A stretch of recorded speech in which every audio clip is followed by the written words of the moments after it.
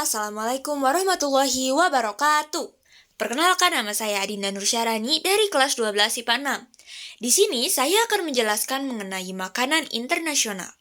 Makanan internasional adalah makanan yang sumber-sumber bahan makanannya berasal dari suatu negara dan mempunyai karakter makanan yang identik dengan negara asalnya. Makanan internasional itu harus diakui oleh negara-negara lain. Makanan internasional memiliki ciri khas dari setiap negara tersebut. Makanan internasional dibedakan menjadi dua jenis. Ada makanan oriental dan makanan kontinental. Makanan oriental adalah makanan yang berasal dari Asia atau negara kepulauan seperti Indonesia, Thailand, Cina, dan lain-lain. Masakan oriental selalu dihidangkan sebagai makanan pokok seperti nasi, mie, ataupun jagung, sehingga mengandung lebih banyak karbohidrat daripada protein hewani dan nabati.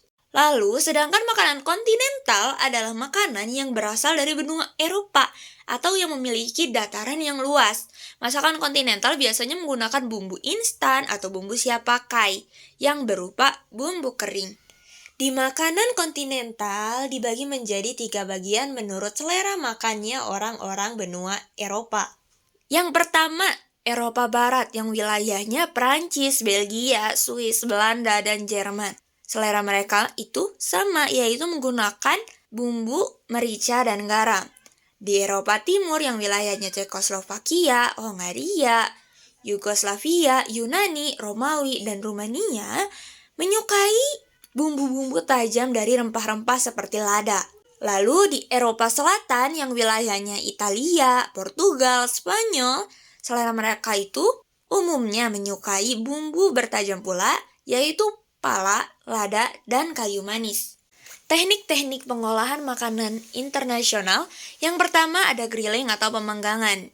Teknik ini digunakan dalam memasak daging, ikan, dan sayuran. Makanan akan dipanggang pada suhu tinggi di atas bara api atau grill untuk menciptakan efek pengkaramelan pada permukaannya.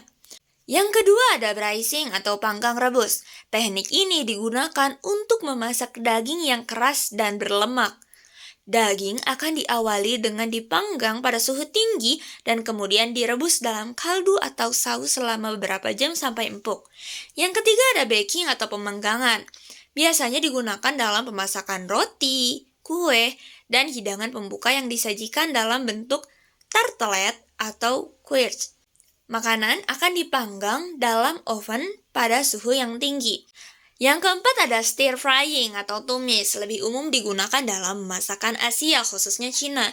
Teknik ini melibatkan penggorengan cepat makanan dalam wajan yang sangat panas dengan minyak sedikit.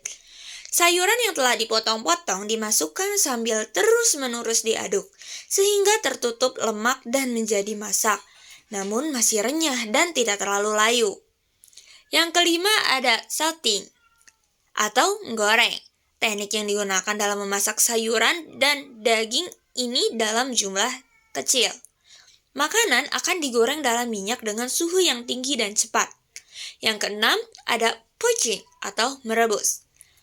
Teknik merebus umumnya digunakan dalam memasak ikan dan telur. Makanan akan direbus dalam air atau kaldu yang panas namun tidak mendidih. Yang ketujuh, boiling atau merebus. Juga perbedaannya dengan poaching, boiling itu memasak bahan makanan dalam zat cair pada suhu 100 derajat Celcius atau dalam suhu air mendidih. Lalu yang kedelapan ada steaming atau pengukusan. Sering digunakan dalam memasak hidangan seperti dimsum dan ikan. Makanan akan diletakkan pada rak dalam wajan dan kemudian dipanggang dengan uap dari air yang mendidih. Yang kesembilan ada frying atau menggoreng, yaitu memasak bahan makanan dalam minyak panas agar bahan makanan menjadi matang, kering, dan berwarna kecoklatan. Yang kesepuluh ada stewing atau menyetup, yaitu memasak makanan di atas api kecil setelah makanan tersebut direbus, digoreng, atau ditumis dengan tujuan agar makanan menjadi lunak dan bumbu yang ditambahkan dapat meresap.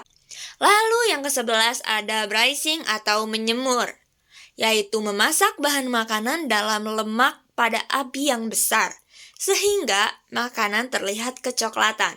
Yang ke-12 ada smoking atau pembakaran. Teknik ini umum digunakan dalam memasak daging, ikan, dan keju.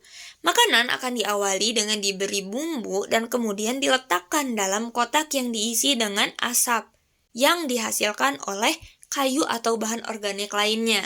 Selain itu, masih banyak pula teknik-teknik untuk memasak makanan internasional. Cukup sekian dari saya. Terima kasih. Wassalamualaikum warahmatullahi wabarakatuh.